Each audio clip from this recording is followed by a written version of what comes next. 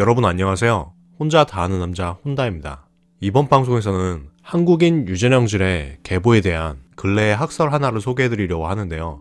특별히 2020년에 출판된 논문의 연구 결과를 소개해드릴 겁니다. 본격적인 내용으로 들어가기에 앞서서 두 가지 정도 사항에 대해서 먼저 명확하게 말씀드리겠습니다. 우선 소개해드리는 이 연구 하나로 한국인의 유전적인 계보에 대한 제 입장을 확정하는 것은 결코 아니라는 점을 분명하게 말씀을 드립니다. 추후에 이 연구의 후속 연구나 심지어 같은 주제에 대한 전혀 다른 논지의 논문이라고 하더라도 근거가 신뢰할 만하고 흥미롭다면 충분히 소개해드릴 의향이 있습니다. 이 논문이 논리의 전개 측면에서 뛰어난 점이 있기 때문에 소개해드리면서도 무시할 수 없는 한계점 또한 분명히 존재하는 연구이기 때문에 논문의 주장을 충분히 소개해드린 이후에 그 한계점에 대해서도 이야기해보겠습니다. 그리고 두 번째로 명확하게 해둘 부분은 제시하는 내용의 시간적인 배경이 선사시대라는 겁니다. 선사시대는 말 그대로 역사의 기록에 제대로 정립도 되기 전이기 때문에 발견되는 유물에 대한 해석도 상당히 모호합니다. 쉽게 말해서 이 지구상의 땅과 물건 위에 이름과 의미가 덧씌워지기 이전의 내용이 주를 이루는 만큼 오늘날의 관점으로 과도하게 해석하는 거는 좀 피해주시고 뭐 그래 이런 주장도 있구나 하는 그런 너그러운 마음으로 들어주셨으면 좋겠습니다. 이제 본격적인 이야기로 들어가서 먼저 그림 하나로부터 시작해보겠습니다. 지금 보시는 그림은 소개해드릴 논문의 결론 부분에 제시된 계통도인데요. 가장 아래에 하얀색으로 표시된 현대인, 특히 한국인의 유전형질이 형성되기까지의 흐름도라고 볼 수 있습니다. 흰색 위에 여러가지 색깔로 표시된 선사시대 중에서 신생대 후기에서 철기에 이르는 시기에 집중하고요. 어느 고대 유해 간의 형질 혼합으로 현재 유전형질이 어떻게 형성됐는지 보여주는 그런 도표인 겁니다. 그래서 빠른 이해를 위해서 이 그림에서 물음표로 표시된 부분, 그러니까 핵심 선사시대 유해를 하나씩 채워가면서 어떤 유전학적 근거에 따라서 이 도표가 구성됐는지 그 논리적인 과정을 찬찬히 살펴보겠습니다. 도표 가장 아래의 하얀 부분은 말씀드린 대로 현대 세계 각지의 인구 집단인데요. 이 표에서 각 집단의 배치 기준은 한국인을 기준으로 한국인과의 유전적인 유사도가 높을수록 한국인 집단의 옆으로 근접시키는 방식입니다. 현대인의 유전 샘플은 한국인과 그 외에 세계 각지 91개 장소에 있는 유전 집단에서 추출해서 그 집단의 특징을 표준화한 것이고요. 한국인과 유전적인 유사도가 높은 집단을 찾기 위해서 세 가지 방식을 적용하면서 교차 검증한 신뢰도 높은 결과입니다.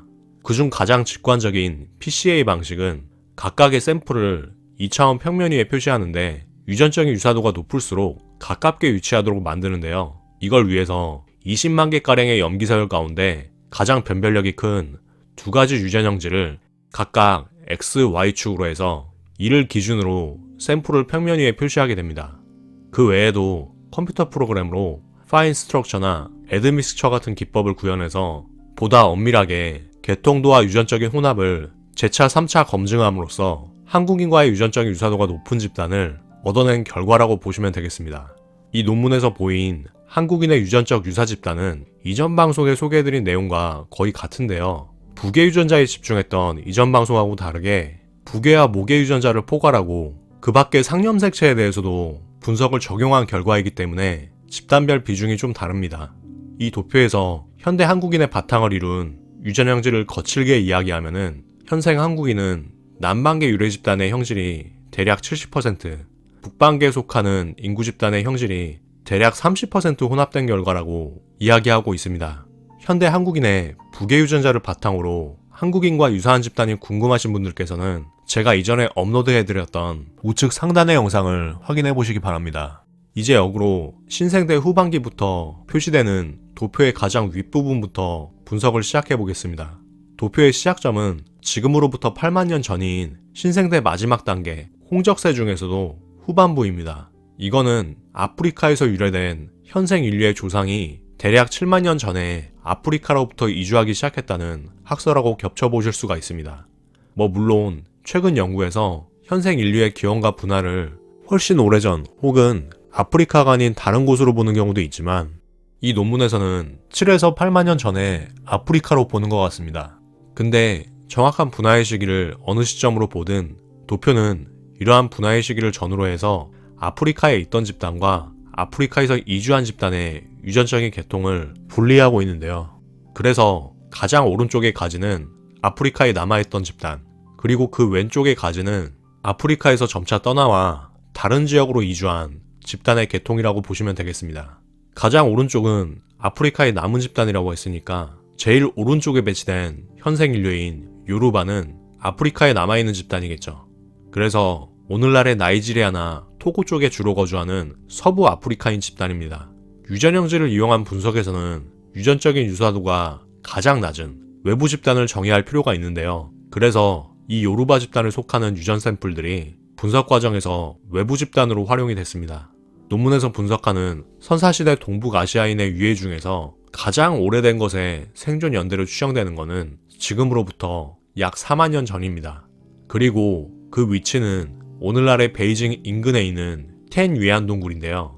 이건 한자어 도금으로 전원동굴입니다. 그래서 편의상 이 동굴에서 발견된 인물의 유해는 전원동인이라고 지칭하겠습니다.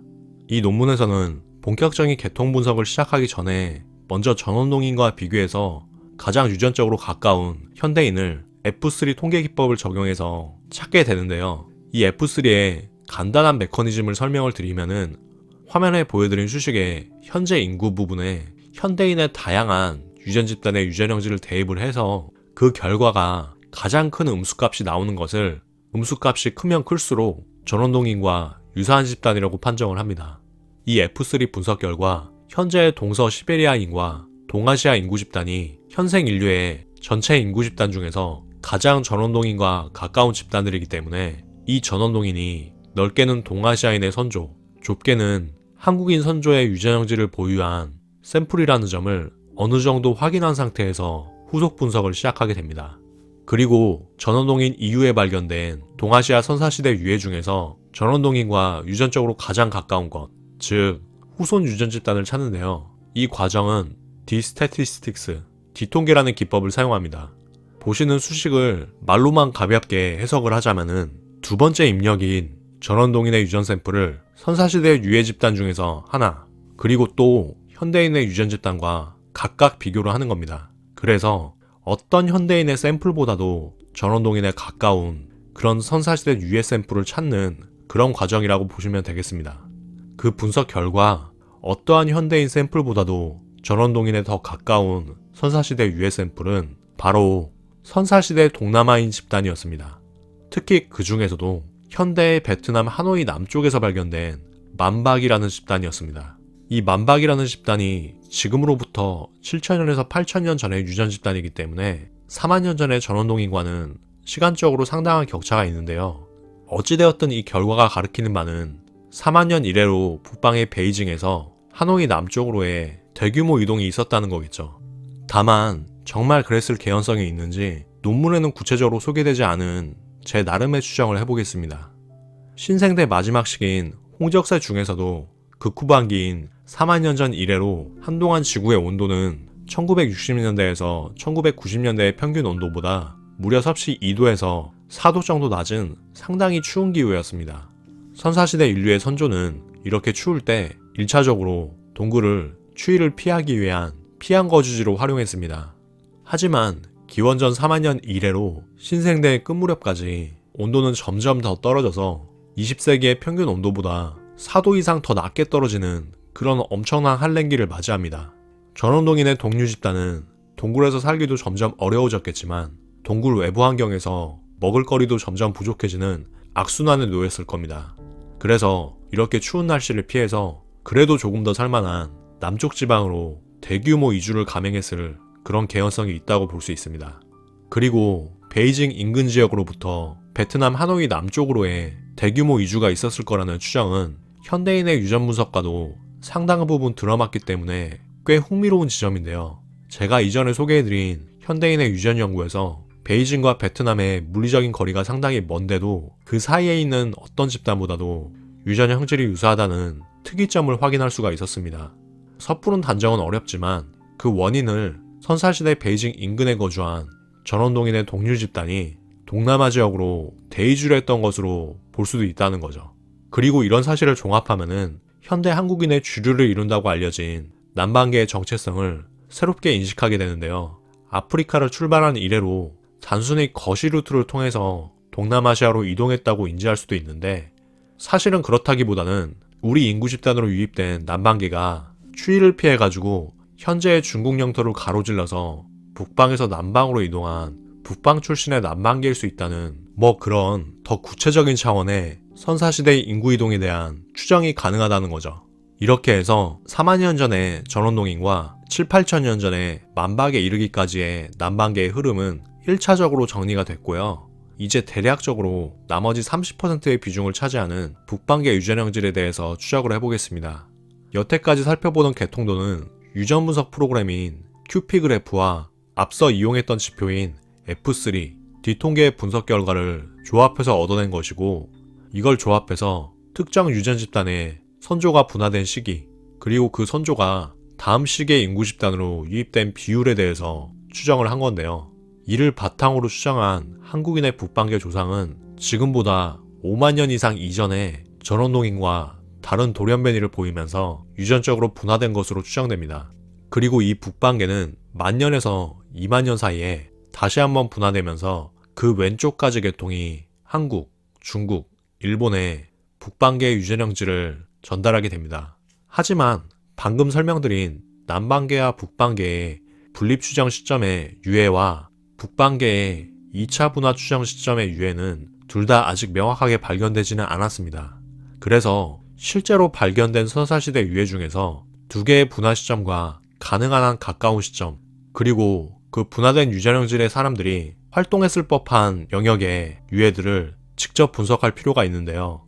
그게 바로 한반도 동북쪽에 위치한 동굴에서 발견된 대략 10,000년 전쯤의 선사시대 유해입니다. 이 동굴의 이름은 통칭 데빌스 게이트, 즉 악마의 문이라는 특이한 이름인데요. 앞으로 편의상 이 동굴에서 발견된 유해를 악마문 동인이라고 하겠습니다. 이 동굴의 정확한 위치는 현재 러시아 영토인 달네고르스크에서 12km 떨어진 산맥의 한가운데에 있는 것으로 알려져 있습니다. 연구자들의 추측에 따르면은 악마문 동인은 전원동인과 비슷하게 아마도 추위를 피해가지고 동굴에 거주했던 것으로 보입니다. 논문에 제시된 추정 개통도를 기준으로 보면은 2차 분립 시기에 왼쪽으로 향한 한중일 계통과는 다른 방향인 오른쪽으로 분화된 한중일 북방계의 일종의 사촌이라고 할 수가 있습니다. 그런데 악마문 동인의 발견 시점과 장소를 이전 방송에서 분석한 현대 한국인의 유전형질과 겹쳐보게 되면은 상당히 의미심장한 결론을 얻을 수가 있습니다. 당시에 한국인의 북방계로 추정한 O2B, 현재는 O1B2로 명명되는 이 현대 남성 하플로그룹의 공동 조상이 오늘날처럼 정의된 그 시기가 악마문 동인의 활동 연대와 비슷한 시점으로 겹쳐지는 건데요. 그 당시 연구에서 이야기한 O1B2 하플로그룹의 유전형질이 확립된 시기는 지금으로부터 대략 9,900년 전이었고요. 악마문 동인이 발견된 시점은 10,000년 전, 그리고 오늘 소개해드린 연구에서 추정한 북방계의 2차 분립 추정 시기는 대략 12,000년 전입니다. 이런 점들을 고려하면은 현재 분석된 유해 중에서는 악마문 동인이 시기적으로나 유전적으로나 현생 한국인의 북방계 조상과 가장 유사한 샘플이라고 볼 수 있을 것 같습니다. 자, 이제 여기까지의 내용을 정리를 하면은 한국인의 유전형질을 형성한 가장 거시적인 두 흐름인 북방계와 남방계가 있고, 먼저 이 남방계의 유래 집단은 베이징 인근의 전원동인으로 추정된다고 말씀을 드렸습니다. 그리고 이 전원동인이 4만 년 전 이래로 장기간에 걸쳐서 저 같은 경우는 추운 날씨를 추정하는 이유로 인해서 동남아 방면, 더 구체적으로는 하노이 남쪽으로 남하한 것으로 보이고요. 그 근거는 7에서 8천 년 전에 활동한 베트남의 만박 집단이 전원동인과 유전적인 유사도가 가장 높은 선사시대 집단이라는 점이었습니다. 그러니까 전원동과 베트남을 거친 북방 유래 남방계 집단은 동남아 전역으로 점차적으로 퍼지면서 5,000년에서 4,000년 전쯤으로 추정되는 신석기 시기에 동북아시아 쪽으로 북상한 것으로 볼 수가 있다는 겁니다. 또한 악마문 동인을 포함한 북방계는 남방계 집단과 신석기 이래로 오랜 세월에 걸쳐서 유전적으로 결합하면서 현재 한국인의 유전형질을 형성한 것으로 생각해 볼 수 있다는 겁니다. 그리고 여기서 남방계 형질이 북방계와 비교해서 7대3으로 다수를 차지하는 이유를 보충해줄 흥미로운 추론이 하나 있는데요. 청동기 시기에 남방계 추가 유입 가능성입니다. 그 추론 과정은 이렇습니다. 남반계 중에서 현생 한국인의 유전의 형질에 가장 강한 영향을 준 것이 뭔지 알아보기 위해서 현재 한국인의 평균적인 유전 형질을 형성한 집단을 일단 2개 정도로 축약해 보는 겁니다. 그 첫 번째는 악마문 동인이고요. 그 나머지 하나인 남반계를 남반계 중에서도 아주 구체적인 특정 세부 집단으로 규정하는 겁니다.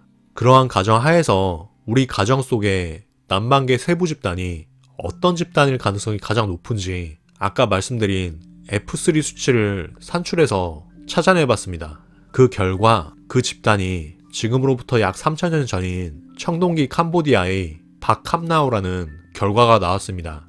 이 결과로부터 기존 남반계와 북반계 바탕 위에 캄보디아에 있었던 박캄나오라는 집단이 선사시대 집단 중에서는 비교적 최근인 3000년 전에 청동기 무렵에 동북쪽으로 이동하면서 이후에 북반계 계통과 비교적 강렬한 최근의 유전형질 혼합을 일으켰을 그런 가능성을 추론할 수 있습니다. 거기에 대한 유물적인 근거는 논문에서 제시하지 않고 있는데요. 캄보디아 선사시대의 동굴 유물에 대한 연구를 참고하면은 연대 측정법, 구체적으로는 방사성 탄소를 이용한 방법을 적용을 했을 때 캄보디아 북서 내륙 지역의 동굴에서 기원전 4200년경에 냄비를 만든 흔적이 발견되고 있고요. 그 시점으로부터 1000년쯤 이후인 기원전 3200년경에는 해안 지역의 동굴에 인간이 거주한 흔적이 발견된다고 합니다. 그리고 여기서 재밌는 점은 캄보디아의 북서부와 그 남부 해안보다 더 원시적인 석기 수준의 문명이 캄보디아의 동부에서 발견된다고 합니다. 이러한 단편적인 사실을 종합해 보면은 캄보디아의 북서부에서 유래해서 해안으로도 진출한 선진 문명에 의해서 기존의 동남부 집단이 축출되었을 가능성이 있습니다. 그렇다고 한다면은 그 과정에서 캄보디아의 남부해안 인근인 앙코르 보레이에 위치했던 박함나오 집단도 앞서 말씀드린 선진 집단에 의해서 동방으로 축출되었을 그런 가능성을 조심스럽게 짐작해 볼 수 있다는 겁니다. 여기까지가 논문의 내용을 바탕으로 한 제 추정인데요. 이제는 이 논문이 가지는 한계를 좀 더 비판적인 입장에서 짚어보겠습니다. 가장 핵심적인 한계는 이 논문에서 내린 결론이 적은 샘플 수의 고대인 유해로 일반화한 결과라는 점입니다. 본 연구에서 쓰인 고대인 유해는 모든 시대를 통틀어가지고 총 115개인데요. 문제는 논리전개에 핵심적으로 활용된 전원동이는 단 한 구의 유해를 사용한 것이고요. 악마문동이는 2구, 그리고 동남아인은 8개의 샘플을 바탕으로 한 결과라는 점에서 분석 방법이 굉장히 명료하고 탄탄하다고 하더라도 문제가 될 수밖에 없는 그런 부분이라고 할 수가 있습니다. 물론 고고학자들이 출토한 유해 중에서도 유전 분석이 가능할 정도로 손상이 심하지 않은 것에 대해서만 분석을 할 수가 있기 때문에 연구자들로서는 제한된 자료를 최대한으로 분석한 것일 수도 있습니다. 하지만 그럼에도 받아들이는 일반적인 입장에서는 연구 자체의 신뢰도에 아직은 의문을 가질 수밖에 없는 그런 상황이라고 할 수가 있습니다. 그래서 이 분야의 연구는 앞으로 다양한 지역에서 출토되는 보다 많은 샘플들과 그 샘플들에 의해서 계속해서 업데이트되는 연구 결과들을 지켜보면서 점차 구체적인 그림을 그려가되 아직은 섣불리 깊게 신뢰할 단계는 아니라는 그런 말씀을 올릴 수가 있을 것 같습니다. 오늘 방송은 여기까지고요. 집단 유전학의 연구 성과가 역사에서 미지의 영역을 밝히는 등불이 될 수 있는 만큼 앞으로 이 분야에 대해서 꾸준히 관련 연구를 소개해드리도록 하겠습니다.